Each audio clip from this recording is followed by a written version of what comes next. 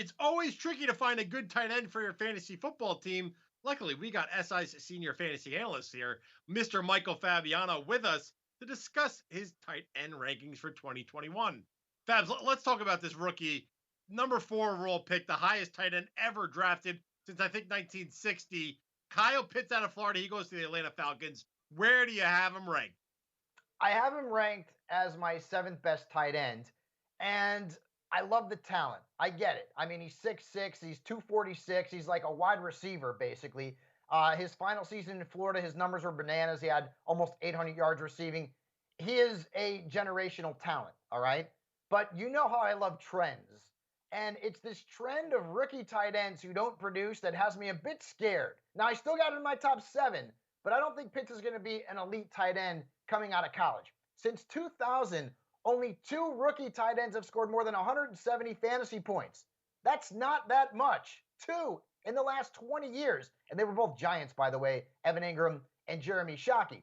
Now, if Pitts scores 170 points this season, well, based on last year's numbers, he would have been the tight end 6. Pretty good, right? But I don't think he's going to get there.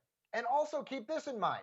Only 6 rookie tight ends in the last 20 years have scored more than 129 fantasy points. Doesn't mean he's going to be a bust.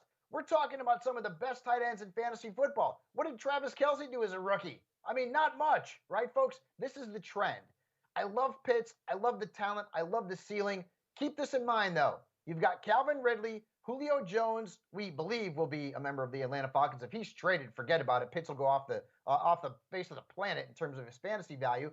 There's still a lot of mouths to feed, and Hayden Hurst is also in the mix there in Atlanta. So temper expectations. I think tight end 7 is pretty good. I'm not going to put him at the likes of guys like Dallas Goedert and TJ Hawkinson at this point, though.